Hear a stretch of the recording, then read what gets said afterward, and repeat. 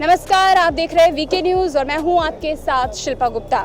महाराष्ट्र विधानसभा चुनाव की इस कवरेज में हम आ पहुंचे हैं मुंब्रा शहर में, जहां हम आम लोगों से जानेंगे कि उनकी क्या राय है, इस वक्त कौन विधायक बनेगा मुंब्रा में। लेकिन उससे पहले मैं आपको बता दूं कि यहां से 11 उम्मीदवार खड़े हुए हैं, जहाँ शिवसेना की तरफ से हैं दीपाली सैयद जहांगीर, वहीं एनसीपी की तरफ से हैं जितेंद्र आवड़े, जो 2 बार यहां जीत दर्ज कर चुके हैं। तो देखना अब है कि दीपाली जीतेंगी या जितेंद्र या फिर कोई और पार्टी। तो मैम, आपको क्या लगता है इस बार कौन विधायक बनेगा मुंब्रा का? अभी देखो, लड़ाई तो मुश्किल ही है, आपको तो मालूम ही है, लेकिन हम लोग पूरी कोशिश कर रहे हैं दीपाली सैयद जी बने। एनसीपी के जितेंद्र ने 2 बार सीट दर्ज करी है मुंब्रा में, तो उसके बारे में आपको क्या लगता है, दोबारा वो आ सकेंगे? दीपाली का कोई जोर चलेगा इस बार? ऐसा अभी बोल नहीं सकते, लेकिन आ भी सकते हैं, नहीं भी। अगर हम लोग ज़्यादा कोशिश तो कर ही रहे कि दीपाली जी आए। पहले कोई विकास हुआ था यहाँ पे, या आपको लगता है अब होगा? ऐसा कहा गया है, दीपाली ने खुद कहा है कि पहले विकास नहीं हुआ है। हो रहा है ना, अभी तो आस्ते आस्ते हो रहा है विकास। अभी आगे क्या पता, किस्मत तो बदलते देर नहीं लगती है, कभी भी क्या हो सकता है इंसान का।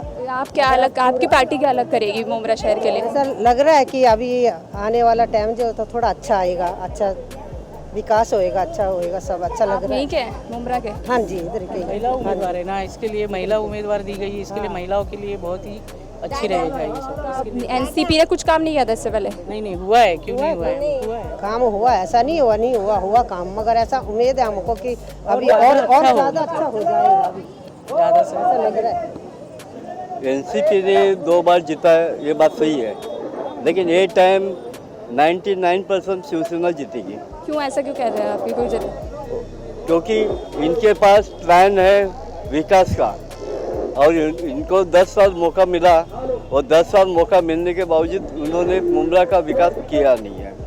इसके वजह से ये टाइम उनको अपना घर में जाना पड़ेगा। आप क्या यहाँ पे कि वो महिला प्रत्याशी है, तो महिलाओं के लिए ऐसा क्या करेंगी दीपाली? मुंब्रा उनका सामाजिक क्षेत्र में काम करने का माहौल है, मालूम है उनको। इसके वजह से उनको जो भी काम करेंगे उनका नज़र भी, अभी देखो परसों ऐसा ही हुआ, उनका प्रचार रैली था तो उनको कचरे का पूरा डीक मिल गया, कचरा मिला। ये भी तो कहा जा रहा है, उन्होंने रात को 1 बजे शिंदे साहब को बोल के दूसरा दिन बराबर 10 बजे उधर का कचरा हट गया। लेकिन सर ये भी कहा जा रहा है आपकी पार्टी पे नाम बदल रही है, दीपाली कहीं सूफिया बन रही है, कहीं दीपाली बन रही है। शिवसेना का उम्मीदवार खाली शिवसेना का होता है, वो स्त्री हो या पुरुष हो। तो आप जीत के लिए कहीं नाम नहीं चेंज करे हिंदुओं में, मुस्लिमों में? हिंदू मुस्लिम हम लोग मानते नहीं, खाली जात मानते हैं, वो स्त्री और पुरुष का। और आज महिला एनसीपी ने 2 बार जीत दर्ज करी, उन्होंने क्या विकास किया, या आपको लगता है आप ज़्यादा करेंगे, या उनसे जो भूल हुई वो आप सुधारेंगे? जो भी प्लानिंग हम लोग इधर के थे नगर सेवक, जब ये जितेंद्र आवाड जी ये विभाग के आमदार भी एमएलए भी नहीं थे, जब भी का वो स्टेडियम और जो भी ये सीमेंट कांक्रीट रोड ये जो है वो टाइम का है। उनका नया प्लानिंग क्या किया करेंगे, मतलब अभी तक नहीं। जो 10 साल के पहला हॉस्पिटल चालू हुआ था, मतलब बनाने का ये सब कुछ प्लानिंग भी सब हुआ, तो 10 साल में मुंब्रा के लिए उन लोगों ने प्राथमिक सुविधा जो हॉस्पिटल की वो अभी तक किया नहीं, अभी उन लोग चालू करेंगे।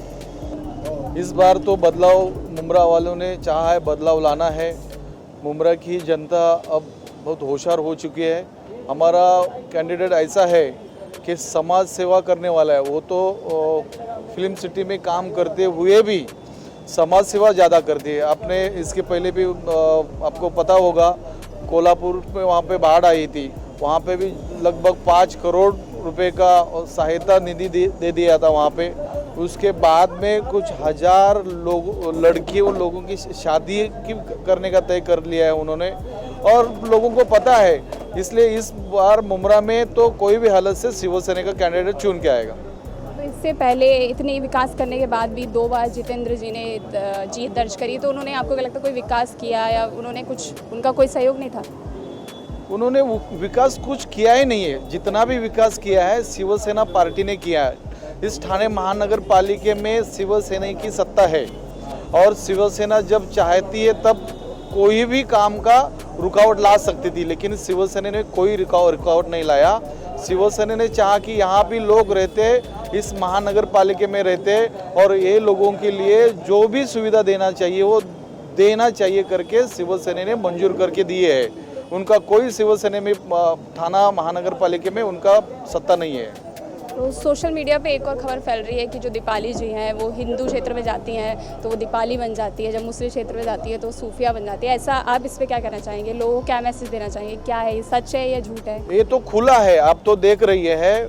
उन्होंने जब नाम लगाया है दीपाली जहांगीर सैयद, ये दीपाली नाम से उनका जो उन्होंने तय कर लिया था जब वो शादी कर रहे थे, तब दीपाली एक नाम रहेगा, सैयद नाम रहेगा। हिंदू मुस्लिम अपन मिल के हमारा कुटुंब चलाएंगे, संसार चलाएंगे, ये सोचकर उसी वक्त तय कर लिया था, वही नाम अभी भी चला रहे हैं। उसमें कौन सी बड़ी बात है? आपको लगता है कि फिल्मों से आके वो क्षेत्र में काम कर सकेंगी? ये उनको लाइफस्टाइल उनका चेंज है, वो धूप में लोगों के पास जाकर उनकी बातें सुन सकेंगी? कुछ जरूर करेंगे, वो जरूर करेंगे, क्योंकि अब देखो आप कोई भी जितने अभी जैसे यहाँ का जो पहले का एमएलए है, जितना नहीं घूम रहा है उतना वो घूम रहे, कहीं धूप का परवाह नहीं करती है, कभी बारिश का परवाह नहीं करती, झोपड़पट्टी डोंगर पहाड़ पे भी वो जाके आती है और उनको समाज सेवा करने का एक शौक है। और इसके पहले भी आपने देखा, अगर समाज सेवा जिसको नहीं करना है तो उन्होंने फिर काय को कोल्हापुर में जाके लोगों को मदद करते थे, काय को 1000 लड़कियों की शादी मुफ्त में करती थी, नहीं करती थी ना। उनको समाज सेवा की पसंद है, समाज सेवा करने का उनको ज़्यादा ख्वाहिश है, इसलिए उन्होंने चुनाव लड़ने का तय कर लिया है। तो महाराष्ट्र का मुख्यमंत्री आप किसको देख रहे हैं, कौन बनेगा? महाराष्ट्र के मुख्यमंत्री हम तो चाहते हैं हमारे आदित्य ठाकरे साहब बनेंगे। तो आपको भरोसा है कि मुख्यमंत्री वही बनेंगे? गठबंधन के है, आप जानते हैं। हाँ, हमारा तो तय हुआ है, जिसकी ज़्यादा सीटें आएंगी उसका सेम होएगा। और इस बार हम चाहते हैं, हम तो जरूर कहते हैं कि इस बार शिवसेना के ज़्यादा उम्मीदवार चुन के आएंगे और आदित्य ठाकरे साहब सीएम बनेंगे। आपका कहना है कि इस बार शिवसेना का ही झंडा लहराएगा हर जगह महाराष्ट्र में? हाँ, मुंब्रा के विधायक तो श्री जितेंद्र आव्हाड साहब ही बनने चाहिए, क्योंकि वो मुंब्रा के भाग्य विधाता के साथ वो मुंब्रा के विकास पुरुष भी है। उन्होंने विकास ऐसे बहुत सारे ऐसे किए, जैसा मीन्स मतलब आपको देखा जाए तो अपना रेती बंदर का रोड, वहाँ पे पहले बहुत सारी ट्रैफिक रहती थी, लेकिन आज वो मतलब वो ट्रैफिक मुक्त हो गया। उसके बाद हमारा मुंब्रा स्टेशन 1 और 2 प्लेटफॉर्म थे, आज तीसरा और चौथे नंबर का प्लेटफॉर्म का काम चले। जैसे आप मित्तल ग्राउंड से देखेंगे वो रोड का काम चले, मतलब बहुत सारा विकास है। ये जो आप रोड पे यहाँ पे जो खड़े हो, यहाँ पे कुछ दिनों पहला मतलब एक अनलीगल ऐसे बांधकाम थे, जो यहाँ से लेकर वहाँ तक मतलब अनलीगल बांधकाम थे। आज उनके ज़रिए से, उनकी मतलब प्रयत्नों से मतलब ये आज रोड का मतलब काम भी क्लियर हो जाएगा। तो मेरे ख्याल से तो जितेंद्र आव्हाड साहब ही मतलब विनर है। और दीपाली का कहेंगे आप? दीपाली शिवसेना से खड़ी हो रही है, आपको नहीं लग रहा वो विकास नहीं कर पाएंगे? नहीं, बात वो नहीं है। एक्चुअली कैंडिडेट है कौन, वो ना कलवा के है ना मुंब्रा के कैंडिडेट है, सब में पहली बात। तो उन्होंने शिवसेना के जरिए से या फिर उनके खुद के माध्यम से उन्होंने क्या काम किया ये हमें मालूम नहीं है। तो उनका मतलब वो उन्होंने कौन से आंदोलन किए या फिर मतलब कुछ भी किया रहेगा उन्होंने, तो वो उनके जो समाज कार्य, जो सोशल वर्क, ये अभी तक के मुंब्रा वालों को या कलवा वालों को मालूम नहीं। तो इसके लिए तो हम चाहते हैं जो 2 बार जीत दर्ज करी है जितेंद्र जी ने, तो आप चाहते हैं वही चले, उन्होंने विकास किया? बेशक हैट्रिक तो उनकी होनी चाहिए। तो मैं ये मेरी तमन्ना वही है। और आप क्या मतलब जब आप वोट करते तो आप क्या सोच के देते हैं वोट की?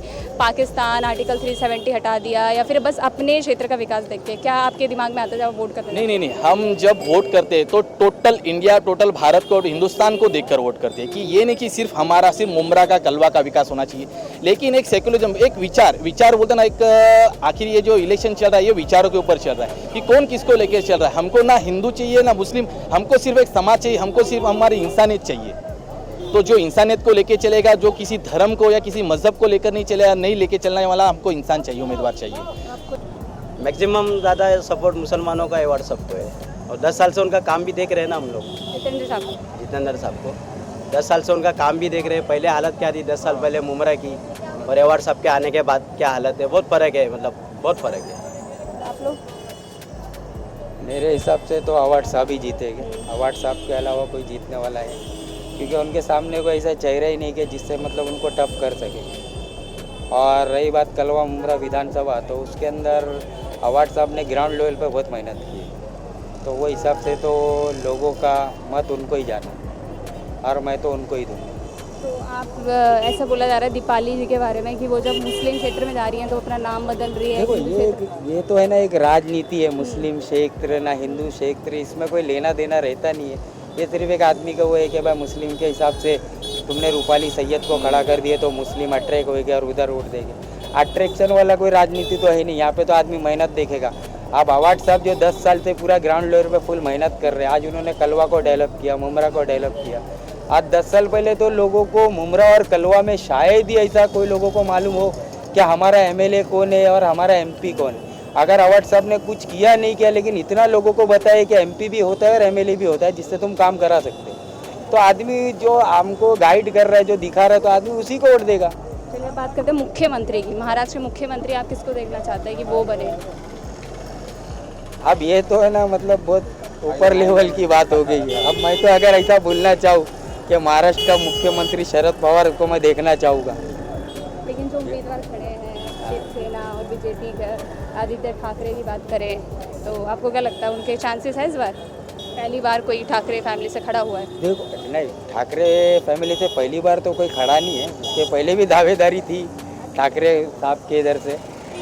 और लेकिन ये हो सकता है कि मतलब आदित्य ठाकरे को मतलब एक चांस है कि अगर बीजेपी और उनका गठबंधन साथ में चलता है तो हो सकता है कि वो मतलब ये मतलब मुख्यमंत्री बन सकते हैं, लेकिन उसका चांस बहुत कम दिख रहा है मेरे को। तो अब ये जो पिछले मोदी जी के फैसले रहे, धारा 370 हटा देना कश्मीर से, और न्यू मोटर व्हीकल एक्ट के बारे में आपको जानते ही हैं कि हर जगह लागू, उसके बारे में आपकी क्या राय है कि ये निर्णय सही लिए गए हैं या फिर नहीं? ये तो एकदम गलत निर्णय, गलत निर्णय। किस बारे में? आप 370 की बात करें, मोटर व्हीकल 370 का भी जो मतलब लिया गया है उसमें भी जो कश्मीर वालों को हाल फिलहाल जो तकलीफ उठाना पड़ रही है 370 के लिए, अगर उसको नहीं लिया जाता ना फैसला तो वो ठीक रहता। उसके बदले में अगर कुछ और उनके बारे में सोचा जाता तो वो अच्छा रहता। 370 का खाली एक कलम हटाने के बाद में तुम उसको उन लोगों को तो और तकलीफ में डाल दिए लोगों को। मैं आप लोगों के साथ में पूछना चाहूँगी, जब आप वोट करने जाते हैं तो आपके दिमाग में क्या होता है कि क्या विकास कर रहे हैं Modi ji? 370 new motor vehicle act इनके निर्णय होते हैं या बस अपने क्षेत्र को देख के वोट करते हैं कि हमारे क्षेत्र में कौन विकास कर रहा है, हमें उसको वोट करना है? हाल फिलहाल तो हमारे दिमाग में यही चलता है कि हमारे क्षेत्र में कौन विकास कर रहा है और उसी को हम लोग दिमाग में रख के वोट डालते हैं। अब हमारे हिसाब में क्षेत्र में दिमाग में यही चल रहा है कि पार्टी कोई भी रहे, जितना अवार्ड सबको चाहिए, क्योंकि वही हमको मतलब आगे बढ़ावा दे रहे और कलवा मुमरा को वो डेवलप कर रहे, तो आगे भी 5 साल देंगे तो वो और डेवलप करेंगे इसको। आपको क्या लगता है कौन बनेगा इस बार? जितने अवार्ड साहब का, क्योंकि ये इतने हमको यहाँ पे 30 साल हो गए रहते हुए, इतना काम होता है हमने देखे नहीं।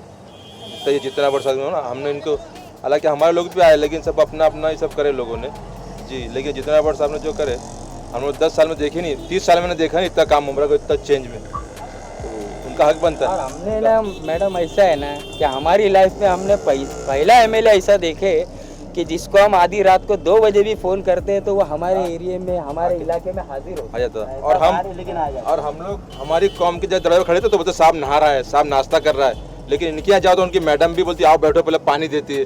मतलब ये यहाँ पे हिंदू मुस्लिम सवाल नहीं, यहाँ पर जो अच्छे क्या बोलते हैं किरदार मतलब अखलाक बोलते हैं हमारे अंदर, हाँ वो चीज़ हाँ हमारे बारे में, तो इसलिए बिफोर अगर कोई सरकार जनता का काम कर दे तो वो सही लीडर, और बिफोर अगर नहीं हुआ तो कोई मतलब नहीं। जनता का सही काम वो करे जो काम से पहले काम कर दे, यानी हमारी समस्या कल आने वाली है, आज अगर कोई करे तो समझ लो ठीक, और टाइम निकलने के बाद आचार संहिता लग गई तब रोड, उसके पहले भी हो सकता था, क्यों नहीं हुआ? बात खत्म।